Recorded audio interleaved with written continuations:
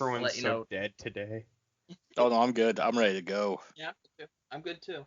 God, I'm I'm good too. so dead today. We'll get you. We'll bring you in. We always do. It's alright, I'll pick up the slack with my manic Brock Peters fanboy energy. No, because I gotta get manic, because I gotta do fucking weird Wikipedia today. Do you? Do you want to do it twice in a trilogy, or do you? I'm fine either way, by the way. I'll start it this week, and then, because like I said before, I want to do it at the end of every trilogy. That works for me. I just Okay. didn't know if we were starting this or next trilogy. Okay. I didn't either, but I guess we are, because I make decisions without consulting myself. You know, I feel that. I feel that really hard. I've never... Man, you and I are so much on the same page. That might be the most iconic thing you've ever said. I adore this quote.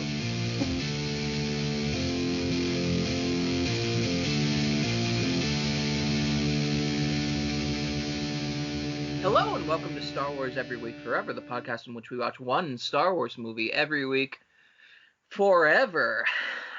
This week, we round out the OT with Return of the Jedi. Ben, how was your watch? Admiral Akbar sounds like Kermit.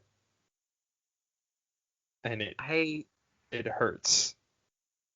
What? Oh, God, is it fucking...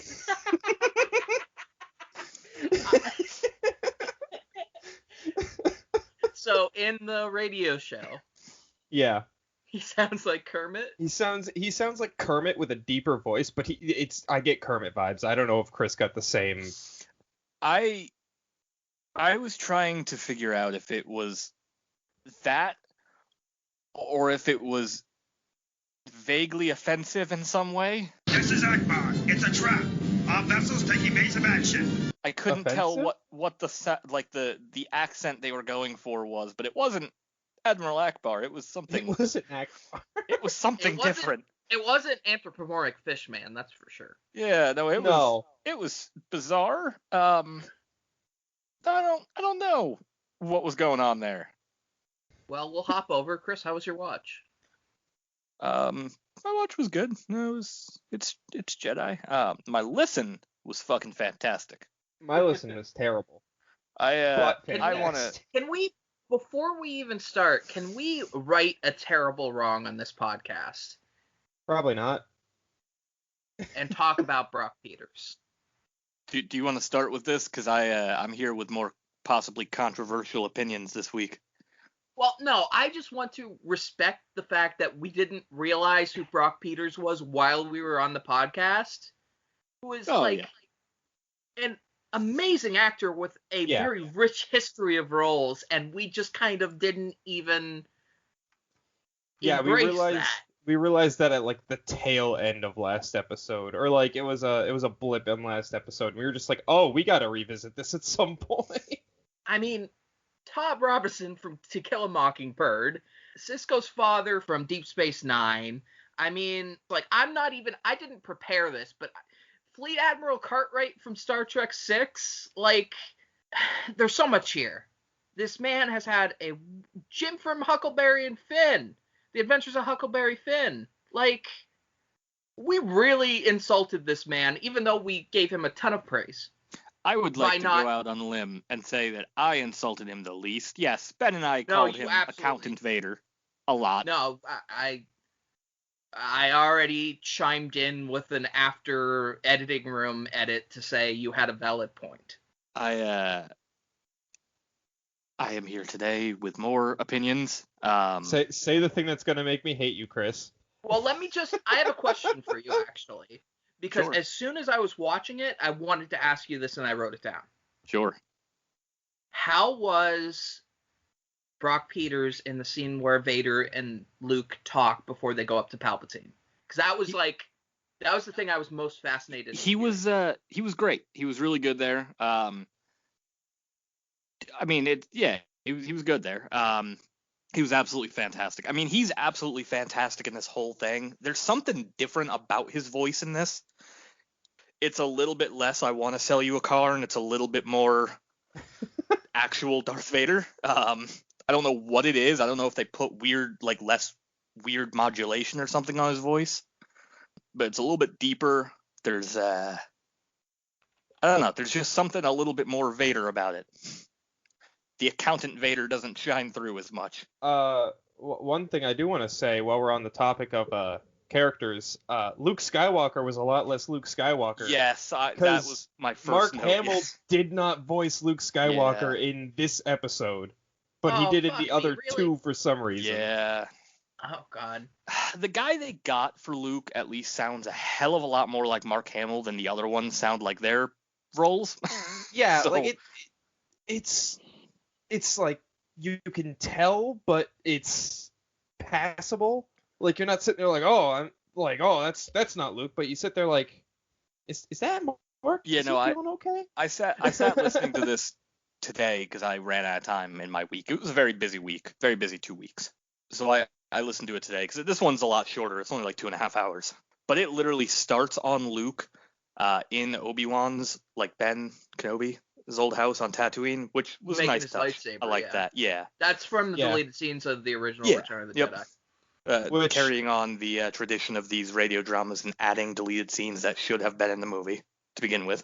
Which honestly I loved because Luke, like, he's struggling to put this thing together, and he's like, I'm just giving up on the instructions and I'm just winging it. And then he turns it on once and it works. He's like, okay, good, and he just stuffs it in R2. Yeah. Yeah. He just You stuffs don't it want in to. R2 is one of the most incredible double entendres that's ever happened on this podcast. I have to point out immediately. They might have left that bit out of the R2 documentary. You never know. Well, yeah. He turned it on once to make sure it worked, and he stuffed it in R2. Yeah, what's boy? Remember that time Mark Hamill stuffed it in R2? Amazing Okay, Star Wars Can we moment. please move along? from Anyway, this? but yeah, so I was listening to it today, and I made sure to write down. I made a note of, going to Ben's house is a nice touch. I like they left us in, and I was like, You're always welcome here, Chris. shut up, Ben. And I kind of like listened a little harder. I was like, Mark, is that you? And I had to look at the casting. I was like, oh, it's not. Shit, I'll be damned. Thought Mark had a cold or something. Bib So who plays Fortuna Mark Hamill? sounds strangely like elegant, or like he doesn't sound as like rough as he does in the movies, which was weird. Yeah. Like he sounds real smooth. Yeah. The Jabba stuff was something. I loved Jabba. Fucking Ed Asner is Jabba the Hutt. Really?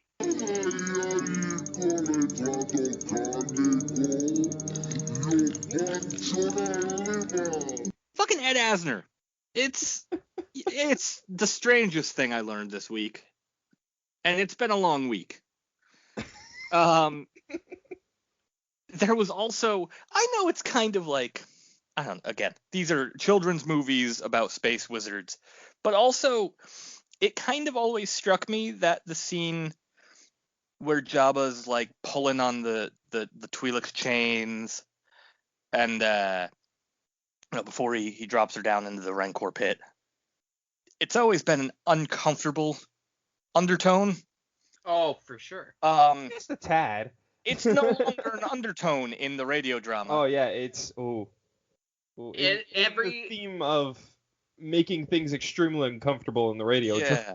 Where 3PO is speaking to another like dancer, and the dancer goes, "Ah, yes, she's Jabba's favorite right now, but there's one thing she won't do, no matter how much Jabba pays her." Oh, And 3PO God. starts like talking about he's pulled her back by like the chain before he drops her in the Rancor pit. I'm like, oh, gross, super gross. All right, cool. It's incredible how gross that is. Jeez. I watched the movie earlier in the week, and again, this is going to be a thing where Josh makes fun of me after the podcast because I forget something from the movies that I've watched 1,000. Does 3PO in the movies refer to the bounty hunter Bosch as Boosh? No, I don't think he does. No. Because in the radio drama, Anthony Daniels does in fact play 3PO. I don't think anyone Yeah, I don't think references Bosch's name is Bosch mentioned. by name. Yeah. Okay. Well, in the radio drama, Anthony Daniels as C-3PO continually refers to this bounty hunter as Boosh. Just repeatedly. Boosh, Boosh, Boosh. Like, oh my God, stop saying Sounds like Boosh. an insult. I know. Like, oh God, stop saying Boosh. My favorite bit was 3PO always found a new word to refer to Jabba as, and at one point he says the festive Java. That's pretty good. That's Anthony Daniels just having fun while recording the radio. At one point, I know, but I just picture Jabba with like a Santa hat and everything. At one point, he's like, what is it? I'm right here, your enormity. Or something. He's like...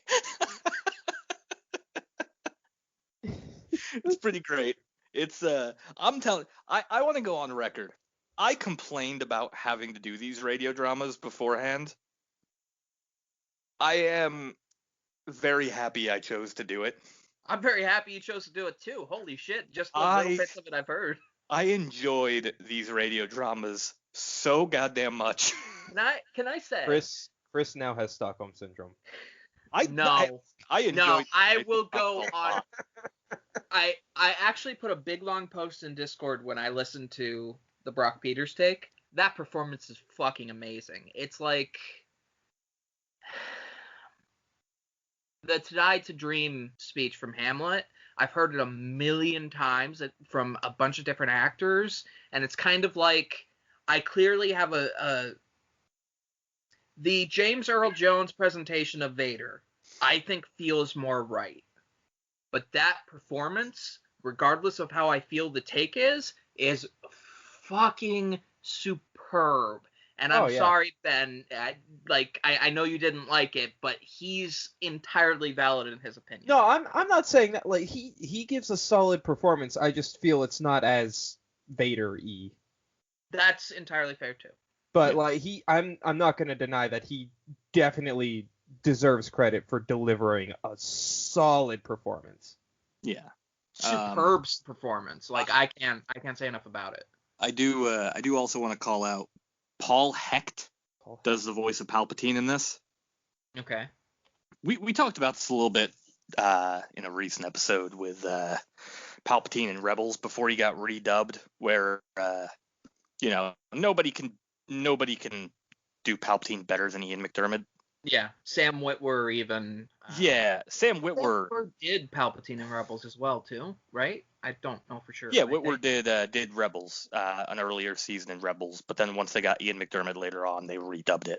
Which, by the way, Sam Witwer's quote where he says when he got the script for The Force Unleashed, and he was like, "This is all wrong. This doesn't sound like Palpatine." And he went, Wait a minute. Ian McDermott is a better actor than me. Okay, I can find the Palpatine in each of these lines. Just a quote. Yeah, Sam Witwer does great. We talked about that. Sam Witwer did an amazing performance. Obviously no one's better than Ian McDermott. This guy, Paul Hecht, did a fantastic job, like equally as fantastic a job, I think, in a different way as Sam Witwer. I could agree to that. Obviously not as good as Ian McDermott, but he did fantastic in this radio drama. Yeah, that's one of those, like, it's one of those you can't take the Ian McDermott out of Palpatine. It's just like it's one of those inextricably linked role things. Yeah. They're seamless together. It's one of those things, even more than Vader, I feel. His entire performance, no matter what you give him, is so iconic. Mm-hmm. It just nobody else can do it. Well, that's what I enjoyed because he clearly kept. I don't know anything about Paul Hecht as an actor. I didn't do a deep dive as I did with Brock Peters, but he kept the camp in there. He's like doing that theatrical rolling the R's thing in sentences and shit, and he's just like, he does play it up. He hams it up. I love it. You see, young Skywalker, your fleet is lost. Your companions on the sanctuary moon will not survive. There is no escape, my young apprentice. I am defenseless. Here, Take up your lightsaber. Strike me down with all your hatred. And you must watch your friends perish. It's so, like, campy and theatrical at times. It is fantastic. But yes, I'll get to the part where Ben's going to get mad at me before I'll stop talking about the radio drama so we could talk about the movie we watch once every 9 weeks. Mamma mia, here we go again. We talked about this last week, and perhaps it was hyperbole for me to say that his performance was better than James Earl Jones. His performance in the Vader turning on the throne room, Vader turning on Palpatine, his performance there and through the rest of the radio drama before it switches strangely to David Burney when he takes the helmet off. Really? Yeah, this guy gets like 5 lines, which he also delivers fantastically, this other actor. This scene, and I will die on this fucking hill, is 100% better than the original movie. Okay, I'll die on this fucking hill. So, I don't want to speak ill of David Prowse, because obviously, but that performance is good. It's not, like, superb. It's not next level. Yeah, well, I'm talking about, obviously, David Burney here. I'm talking about but I'm talking about Brock Peters in his delivery of the Vader turning on Palpatine in the throne room scene. Oh, yeah, because he's going to have to deliver dialogue there to explain to the people what is going on, doesn't he? Yes. Yeah. It's fantastic. So, Palpatine's walking down the stairs, and he's narrating how he's going to electrocute the shit out of Luke.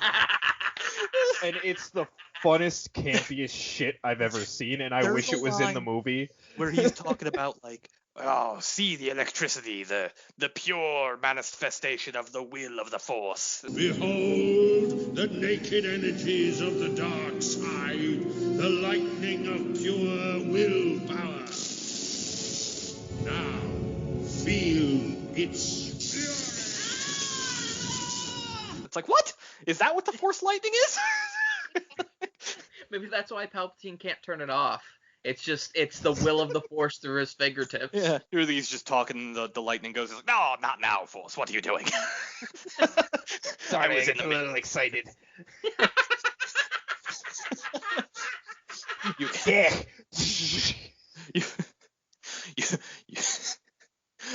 You cannot stop the will of the Force. You just pray it doesn't flare up while you're in the lavatory.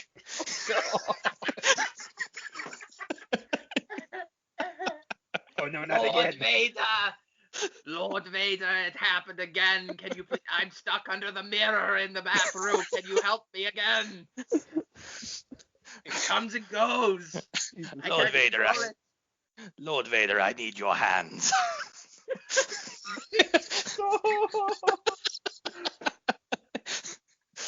So many images I never wanted.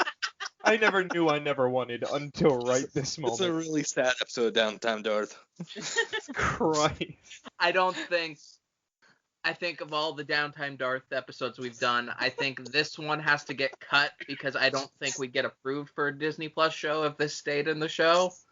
And I'm all right with that, but it's also a headcanon on Downtime Darth. In a later tweet after the show is over and we're just talking about the show years after we made it, we'll say that this is our headcanon for sure. Mr. Favreau, what are you talking about? I can't put in a joke where Palpatine makes Vader wipe his ass. What do you mean?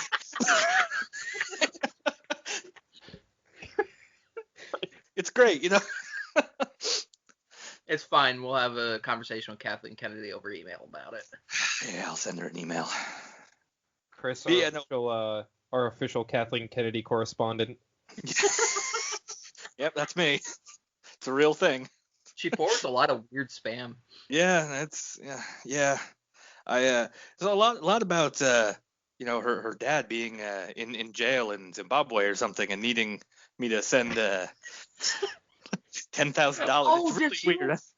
Did you get I curate the Star Wars Every Week Forever email. That must mean I was so excited to find out that Benefactor was willing to send us $1 million if we go and meet up with him. Is that also forwarded from Kathleen Kennedy? I'll have to check. Yes, I believe that also was. I'm so excited. I mean, we're gonna hit the big leagues. We're finally gonna be able to produce this show properly. Yeah. God, next week it's just gonna be me going, hey guys, so Josh and Chris still haven't come back.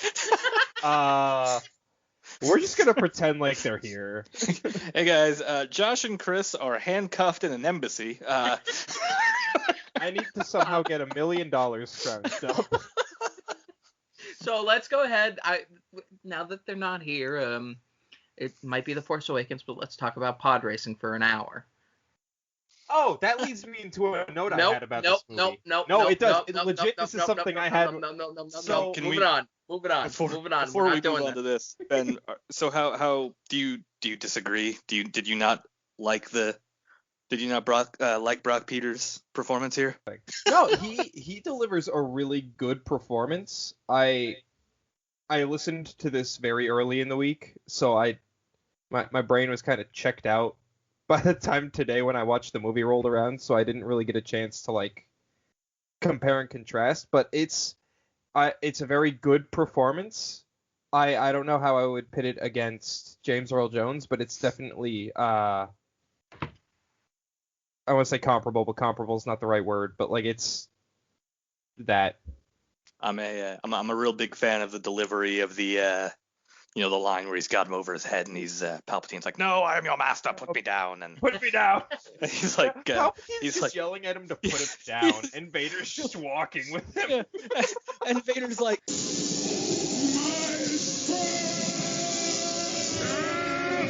Vader, release me, Vader! I command you, put me down. I will. Down the core shaft. Down to your death.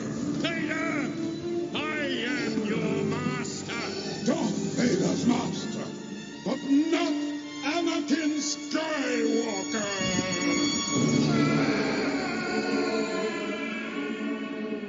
I did like that line. Now was a really try good line. Now try spinning, Palpatine. That's a good trick. Ha! I do like that it ends with Palpatine being like, put me down, and Vader being like, I will put you down the core shaft.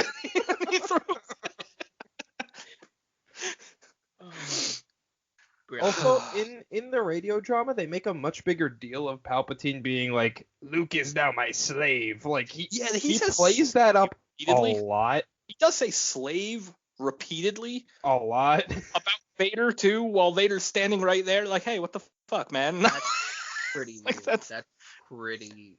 Yeah, it struck me like that. Servant, sure. I don't think even Vader would stand there just taking it if Palpatine's like, yes, this is my slave. Like, hey, man, I didn't think that's what we were doing. Hey, dude, not cool. Yeah, Like, I'm uncomfortable. I tried to I killed my wife for you. What do you mean? What?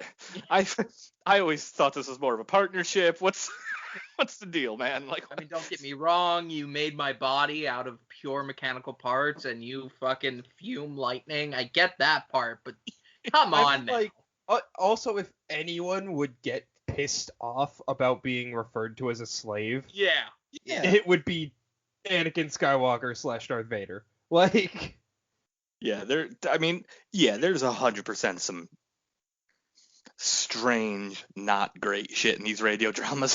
Do not get me wrong. There's my favorite.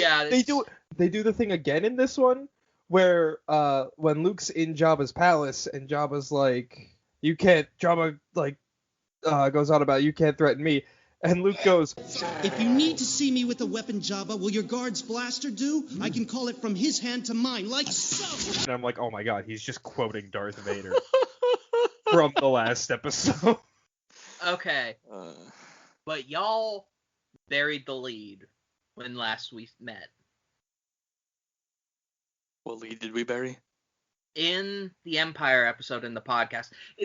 Listen to the podcast has been very weird, or the radio show has been very weird for me because I only hear it in certain small select areas.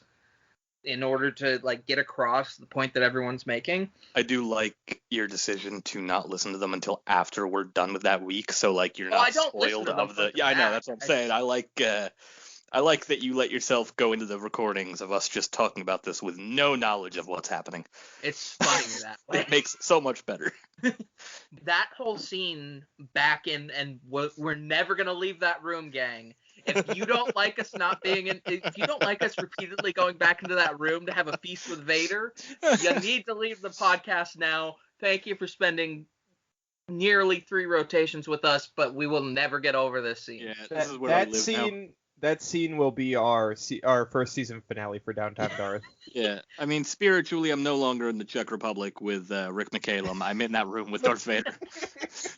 In that scene, he like just starts doing slam poetry. Yeah. Just like all of a sudden, he reaches out his hand to take Han's blaster, and he's like, Watch, it flies to me. You see, firearms are of no consequence to me. brilliant. And I was so upset great to find this not through the podcast, but through the radio show when I almost could have missed it. Brilliance. Oh, God. Yeah, it's... I'm going to be a little sad going into The Force Awakens with no radio dramas to listen. We'll produce our own. Oh, my God. Can we? Well, I will not lie to you. Oh, no. I Josh don't is know, like, I already got a cast and a script. I might cut this out because I don't want to promise it, but for one rotation way down the line, I did think about a script read. Oh, my God. Oh, God. That'll have to be when we're, like, peak delirium. Yep, that's the plan. I mean, hey, listen, I can take a few edibles and do Palpatine. Yes. No. Well, actually, no, I think Ben would be best because he has the best Palpatine, I think. Damn. Yeah. No, Ben has the best serious Palpatine, I think. I'm honored by that. That's, like, no joke. I listen to us over and over and over again do Vader and Palpatine impressions, and Ben has the best one. Oh, God. So, who the fuck are these guys in purple furs? Guys in purple furs? On the Death Star. Those are the Imperial advisors to the Emperor. Cool. What do they do? Yeah, what? They are on an incomplete Death Star that has a clear giant hole in it that nobody knows Palpatine has a plan to defend in order to bring all the rebels here. What the fuck are they doing there? This raises a great question, I think. Can we speculate for a moment? Just for a moment. Indulge me in this. Speculate? Can we for a moment, maybe a la Downtime Darth spin-offs, can we speculate for a moment what a day in the life of Emperor Palpatine is? Well, first of all, we have to find the title, because with the title comes everything. Palpable drama palps? Papa Palps? Papa Palps is so good. You got it in one, Ben. You got it in one. Papa Palps is exceptional. This is... Oh, God. Every day we stray further from God's light. I don't even want to say what just came in, what intrusive thought just burst its way into my brain at that. We can't name it that. How far away from Daddy Darth are we at that point? No, in this analogy, that's not how that works. It's gotta be Papa Palps. Any of these analogies. That's exceptional. This is awful, and I regret making this a thing. But no, like, for real, what is... it was a council of about 100 high-ranking bureaucrats in the Empire. Yeah. Several hundred. A group of several hundred. Okay. The Emperor would consult with a dozen of them at a time. Only a few handful of advisors were appointed to the Imperial Ruling Council, which were elite members of the Imperial Court. Is this just weird Wikipedia right now, except without the random factor? Oh, wait, that's legend. Because, like, it's like, all right, Emperor, sir, perhaps we will set up a trade embargo, maybe a blockade. We'll blow the planet up. It's like, all right, Emperor. Oh, and then there it goes. Okay. All right. Meeting adjourned. I guess we'll try again tomorrow. Like what? Yeah, like I can't. There's actually a lot more about these guys in canon than Legends, which is a surprise. Don't get me wrong. It's obviously Palpatine was able to play a politician for like 13, well, actually probably 20 years, if I remember correctly. Like, obviously he's very adept at that.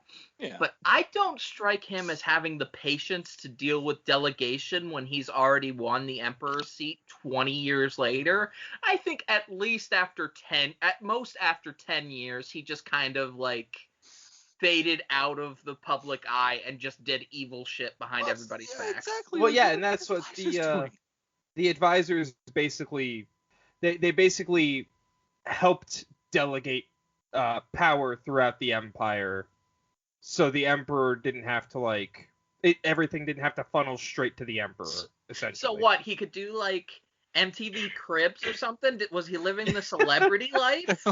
Is that what Palp's life was like? They I have a hard time. oversaw the day-to-day of the Empire, like the more mundane shit. It's like, well, guys, today we have to have a meeting with these community leaders down here. Wasn't the Emperor supposed to do this? Yeah, funny thing, he is backflip lightsaber fighting 2 Zabrak brothers right now. This sounds like an us problem for today. My name is Emperor Palpatine, leader of the entire universe, and welcome into my home. Do you see my door knocker? They're made out of the horns of my former apprentice.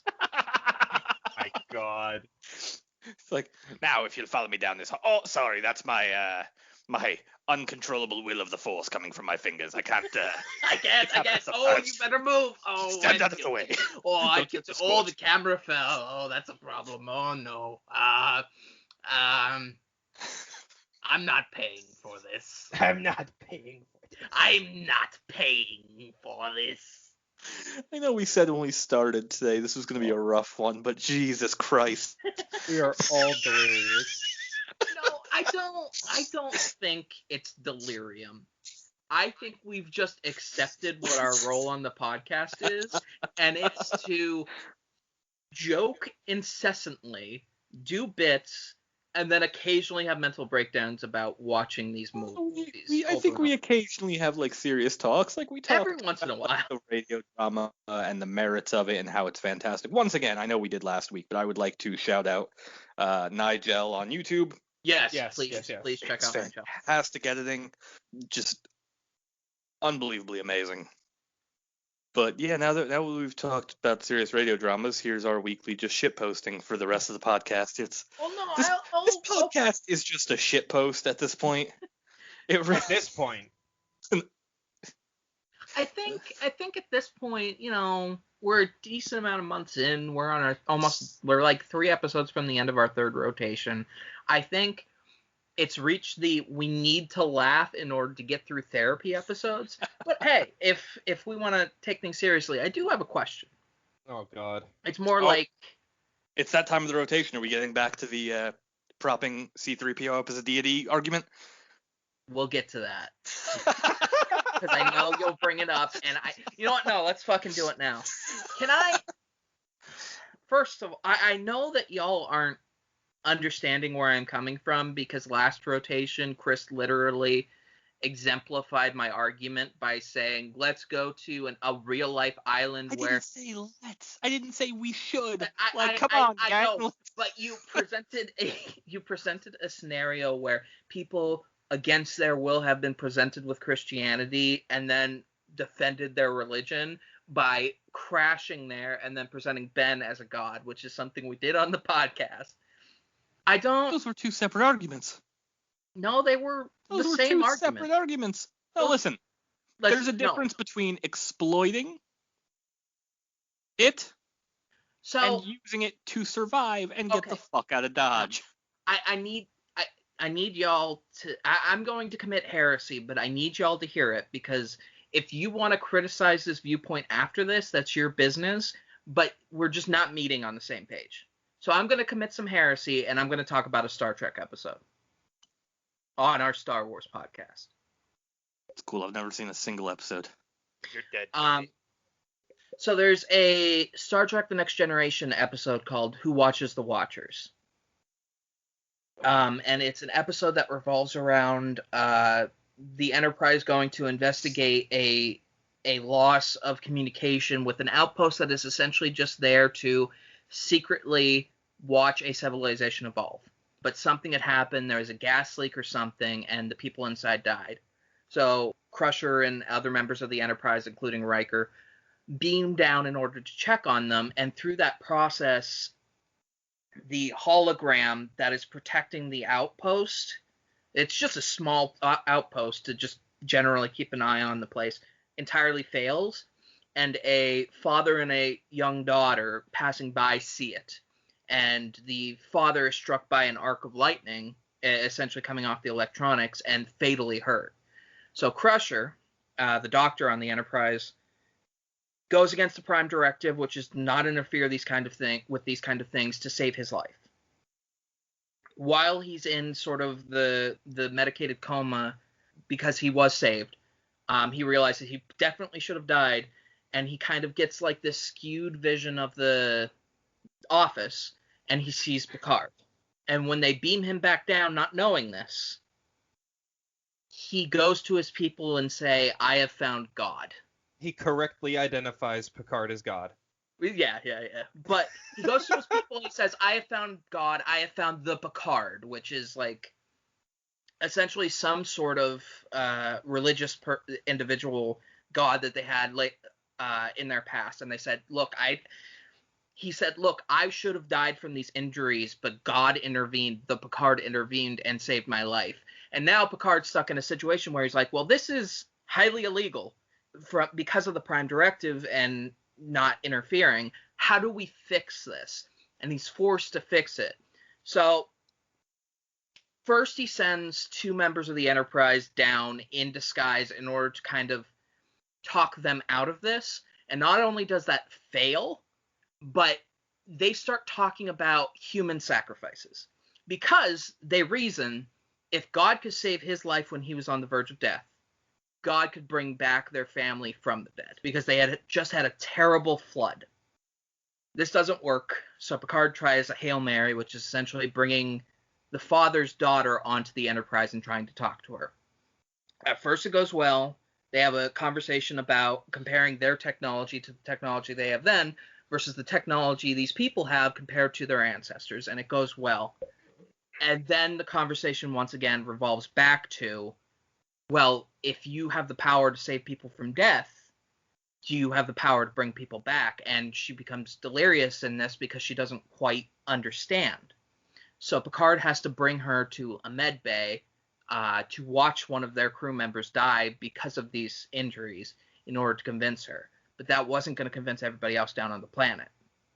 So Picard, fully knowing what would probably happen, beams down to the planet into the area where they're getting ready to execute one of the members of his crew, and tries to convince them, and they say, and they beg him, "No, you can help us, no, you can help us," and they say, the father says, "I know how I can convince everyone that it's you, and I know how I convince my daughter you're a god, and I know how I could convince you're a god, even if you don't understand. I will attempt to kill you, and you will live." And Picard says, "You can kill me, but I want you to learn from this." And he spears him in the heart. Picard lives because he has a metal heart, but he didn't know where he was going to stab him. But Picard was willing to die in order to preserve the natural evolution of these people and convince them that he was not a god. Because he knew that if he had just left the planet, this ethics question would essentially create a situation where countless generations would be stuck on this image of the Picard, and he wasn't all right with that. That's where I'm coming from with this argument. So Josh, where I'm coming from is, in that episode, Was there a giant space station that would cause a fascist force Well, to... hold on, because I thought of this too. Obviously, the Death Star is a major hurdle. But not only did they accept it for a moment, they leaned into it by not showing them technology that's outside of their means, by showing them magic. And they can't unexplain the Force. And then they literally no. You can after I'm done, you can absolutely continue to drag this out into all the rotations. But not only did they do that, not only did they present something that would be very hard to explain away, if Chris is right and they tried to explain it away, they also literally committed the history of their rebellion into the lore of the people. They set this up. And I think it would be incorrect to assume that there is not a lot of responsibility that they need to take, and it would also be incorrect to assume that they could just simply explain it away. So that is where I'm coming from. You can feel free to criticize me forever from there, but in order to get us on the same page, I had to explain that episode because it is literally shown in colleges to present this ethics question. I feel like they're entirely different, though. Like, I get it. I can appreciate that. It makes sense. But they're very different situations. They're not at all different situations. If things had ended with just, okay, we're in a deadly situation, there's a Death Star above, we're gonna die. If it had ended there, that would be fine. But then to show them literal magic to convince them of this, and then after, most damningly, to present their history to the people as this kind of legend for them to immortalize. It wasn't just one moment. It was a series of moments. So I feel like the question that should be asked, because I don't think we've done this. I've thought about it every time I've listened to the podcast, the two other times we've come across this argument. What would you have them do in this situation? Because if they didn't do what they did, they'd be dead. The planet's fucked. The Empire rules. So I grant you that argument. I grant you it. But it was an additional moment of adding fuckery in order to present their lore, their history of the rebellion to the people in that way. You know, if you feel that the ethics question should end because of the Death Star at saving their lives, that's totally fine. But they took it one step further. They essentially immortalized themselves. What did they do by taking it further? They opened the Ewoks up to the rest of the galaxy and showed them, hey, you're not alone in this, and we're going to help you fuck these guys up, and then you have friends here. And they all partied, and everything's cool. You're missing the part of the ethics question where it's hard to explain to a people that have never experienced technology. Sure, if you want to say that the stormtroopers already presented it, that's fine. The Force. They already knew of the Force. No, they didn't. I'm going to backtrack on that one because I cannot verify when they discovered the Force. No, you can't argue that. I'm just saying. But also it appears that they very easily integrated into galactic society. That's the thing. It's like there's other canon afterwards where, you know, the Battle of Endor ends. I don't know. They talk to them and they go, oh, I get what happened here. Okay. And I mean, it's not. I don't know the current canon, but I know for a fact in the EU, they did not seamlessly integrate into society. There was like one Ewok that left Endor after that. That's not the case in the old EU. It could be in the new canon, and if that's the case, then that's great, but it's not the way it was as I understood it. So, friend of the show, Mr. Mishap, chimed in on this in the last rotation episode of this as, quote, lying about being friends with a deity strictly for survival is acceptable, exploiting them further is not. Which... I think is the whole point of this argument. Josh is arguing that they did exploit them further. Yeah, but it's because not only did they explain the lore, but they exploited them to. And I'm not saying the Ewoks shouldn't have been able to defend their home, but they literally militarized those tiny bears. And we've even said on the podcast, I want Vietnam teddy bears. Wow. Those teddy bears were militarized before. Like, I was about to say the Ewoks. There was tribal warfare. No, it is not. It's not fair to say that. It's not fair to say that they were already militarized, unless you're saying that they were militarized because the stormtroopers were there. No, like, But did you see? there were other sentient species on Endor that they regularly had conflicts with. Okay. War was not foreign to them. I was about to say they were not. No, hence but why that's they not, were such that's good. not a fair argument to say war was not foreign to them, because it's literally standing up from a perch and saying, I am judging your culture from a place of greater evolution. It's That's not not. what I'm saying. They I already don't had- accept. You posited that war was brought to them, and Yes. I put forward, no, they have experienced war before. Also- No. I'm not positing that war as a concept was brought to them. I'm positing that literally people came out of the sky and started fighting a battle that had nothing to do with them around them. Whether they were a violent people outside of that, it has nothing to do with the argument. It doesn't. The issue here is it's not like the rebels came in and said, okay, you're going to help us now. The rebels were fighting them, and the Ewoks, who had already set up booby traps, who had already armed themselves against the Empire and were already fighting a guerrilla warfare campaign Yeah, but that's not against the argument I'm Empire. making either. It's not like the rebels went, all right, you're helping us now. The Ewoks went, yeah, we've been fucking these guys up anyway. Now here's backup. It's also not the argument I'm making. My argument is purely based on how the rebels interacted with the Ewoks. I don't know what you would have had them do other than like tell them to go I fuck understand. themselves and like I understand. I've already said this multiple times. I understand the arguments about saving their lives in order to go on further and stop the Death Star. I understand those arguments, but it's not like they stopped there. what did they do further? They literally. They had them help besiege the shield generator. Okay, well, you can make your arguments about that because they were defending their people, but they presented. I don't think.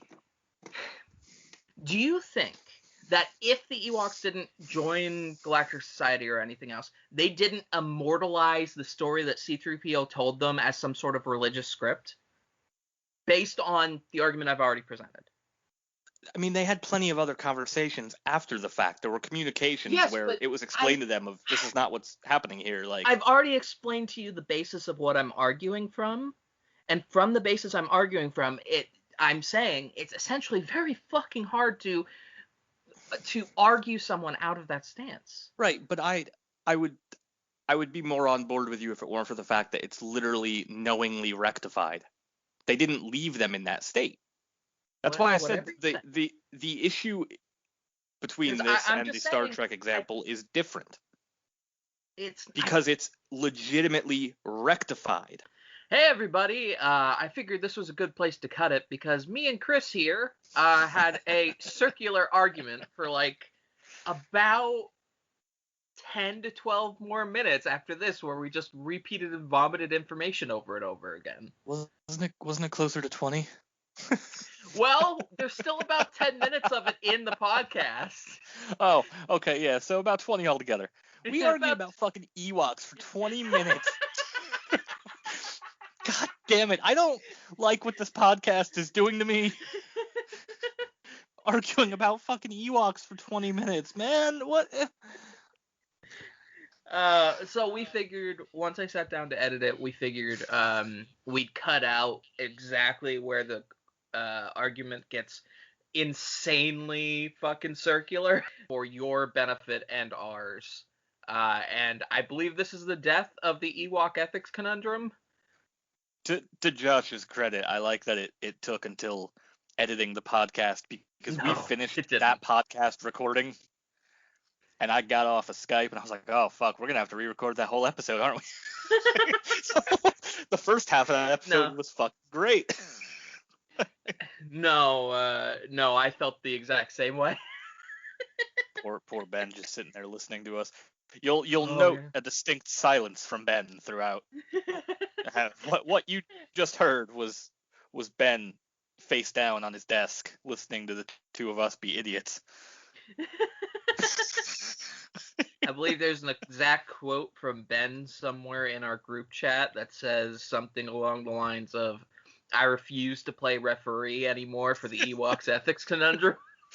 It was like, I love you too, but I'm done. I can't do this anymore. Like like Ben's taking the kids and leaving. I can't do this anymore.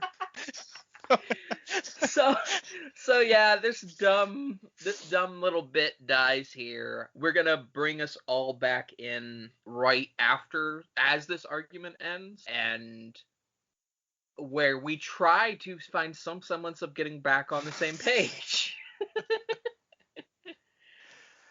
But no, Josh and I are still friends, and by the time you've heard this, we've recorded many more podcasts, so everything is fine. This isn't. It may have sounded like it, but it's not also the death of the podcast, just the Ewok debate for our own sanity and friendship. All right, thank y'all. Listen, it's content. We have like 63 bits. So why do we need this? Speaking of bits. No, we're not going to Weird Wikipedia yet. We're not going to Weird this Wikipedia week yet. on fuck you. This week on No, Weird we're not going Wikipedia. to. Fuck you. We are not. No, we are not uploading an episode where Chris and I argue for 25 minutes about fucking the ethics. I'm trying the Ewok to make ethical content question. on our podcast that isn't you two screaming the same thing at each other. And you're telling me no. Let's save Weird Wikipedia at the end of the podcast, like we plan to do, and talk about something else in I Return have of the Jedi. literally 2 sentences, Josh. Okay, Today, do it. on Weird Wikipedia, we have the Desolation of Hoth. Desolation of Hoth is the first expansion or force pack of the Hoth cycle of the Star Wars card game. It was released on March 14th, 2013. Thank you for tuning into Weird Wikipedia. Can we talk about something else now? My head hurts. You know what? No, we'll stick around this. There's Back to the Ewoks. No! Fuck No. these Ewoks. I don't give a fuck about these Ewoks anymore. Those Ewoks can go fuck themselves. All right? There's Luke should a have just line. fucking baseball bat lightsaber those fucking Ewoks to death. For There's all a I line care in at this this point. movie in Ewokese that is the word Naboo. Specifically, there is a word in Ewokese that 3PO uses that is just Naboo, and I firmly now believe that George Lucas accidentally lifted the name of a planet from Ewokese that he fucking invented himself. How the fuck did C-3PO know how to communicate with the Ewoks? Yeah, actually it might be explained in the movie. He's a protocol droid programmed in over I don't Yes, but if over these whatever million. motherfuckers haven't been introduced to the galaxy at large yet, therefore their language developed on its own. So next time we watch Return of the Jedi, we have to double check that, because that would be the most fluid argument that anyone has ever presented for this fucking conundrum. That if he knew the language with easily, just in his processors, they already knew the galaxy, and the situation is solved. A throwaway line that says it's a primitive dialect. That's all he really says. I might be wrong on that, but yeah, I feel like that's true too. It was mutually intelligible with the language of the Yuzum. Oh, that makes sense, because the Yuzum developed on Endor, I believe. Yeah. Which, how the fuck did the Yuzum... 3PO communicated with the Ewoks using Yuzum and managed to translate the Ewokese into Galactic Basic. Yeah, but what I'm wondering is how the fuck the Yuzum became an how the fuck they became a spacefaring species. Fun fact, Rey knew Ewokese. Oh god. Really? Because she learned it from a salvaged ship computer on Jakku, but had not found an opportunity to use it. That explains it. That explains it. That explains everything. Well, let's be realistic here. No, I will defend The Force Awakens here. There Your favorite are movie. a million Star movie in the franchise. There's 100.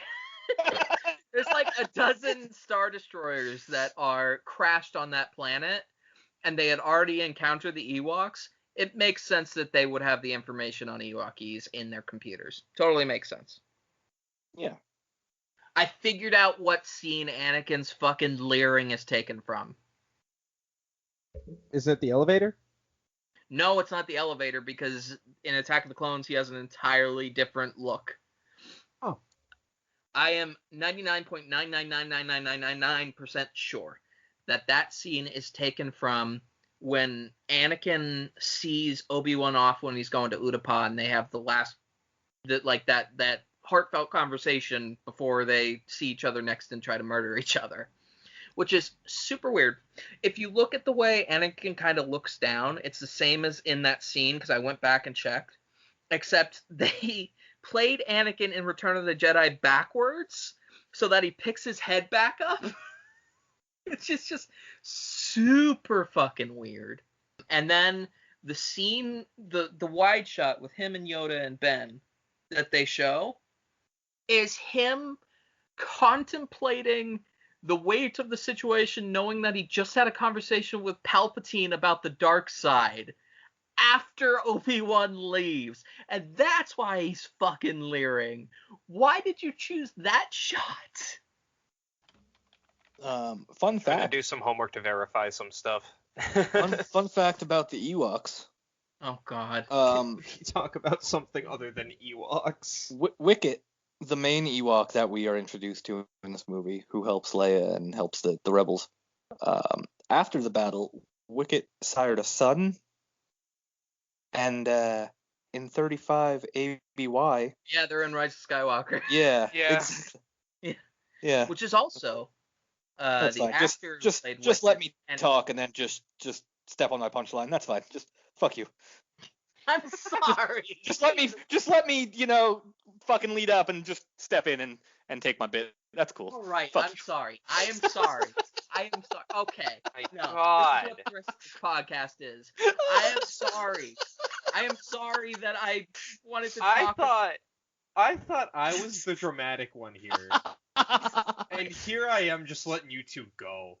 No, I don't actually care. I just thought it was fun. I like getting on Josh about stuff. My God. We should throw out this whole fucking podcast. Like this episode, or the whole fucking thing? Yes, but also Yes. this episode. Okay, let's end this episode like this. Chris, I love you. I'm sorry we got heated about a dumb conversation. We do it every week. I want to die. You don't have to apologize. Chris, we do it every week. I'm from New York. Ben. You don't have to apologize about hostility. I Ben, live off hostility. give us another weird Wikipedia. Another? Yes. Oh God, I We thought only I got had an 2 easy week sentences. this We might week. as well. Thought I had an easy week this week. 2 whole fucking sentences. God, this one's gonna be like 10 pages. We should make like a Hold on. rule on weird Wikipedia where we like don't accept. We keep going until we get like one that's more than 2 sentences. No, I gotta do whatever it randomizes. This week on Weird Wikipedia Part 2, Orlok. A self-proclaimed Emperor's mage that claimed to have force powers. Oh, I know Orlok. this guy. Actually, Chris knows this guy. Criminal. Nothing is Oh, known I- about his early Yeah. life and how he came Oh. to start his He's own from the fake Children of Jedi Knight series. What's up, Orlok? Long time.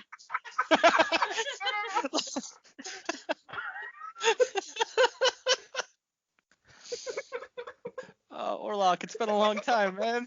How you doing? Jesus fucking Christ. Orlok, I'm sorry. Just 5 minutes ago, I said you and the entire EU were dead to me. Jesus fucking Christ. I'd like to let you know right now, I am not a fan of this, the Junior Jedi Knights. They were not great. Talk a Masquerade little bit as about a prophet Orlok, of the Ben. dark side. He was also one of the few survivors of the massacre performed on the false prophets by Grand Admiral Jesus fucking Christ. Oh my God, that's a name. Afshin By Grand Admiral Makati? Jesus Christ, that's some weird fucking EU canon, man. Grand Admiral Afshin Makati.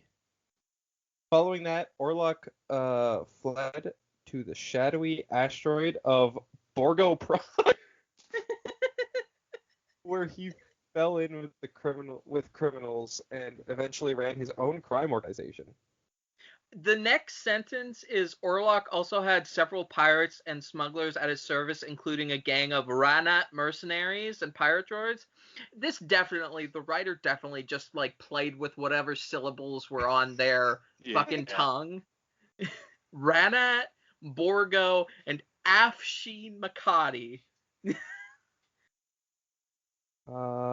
To 22 ABY, Orlok learned from an unknown source that the lightsaber of Jedi Master Obi-Wan Kenobi was kept with Bast Castle on remote Vijun.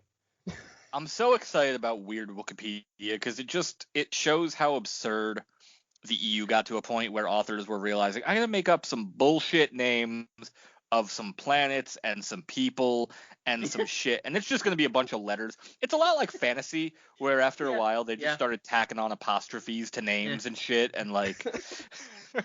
You just have your cat run across the keyboard to see what the fuck happens. Yeah.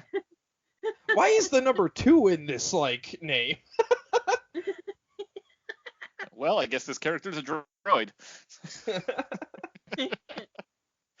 Wowie. This is a long article. Yeah, unfortunately for Orlok. Oh god, we're still going. Uldir's Jedi companions Tyone, Ikert.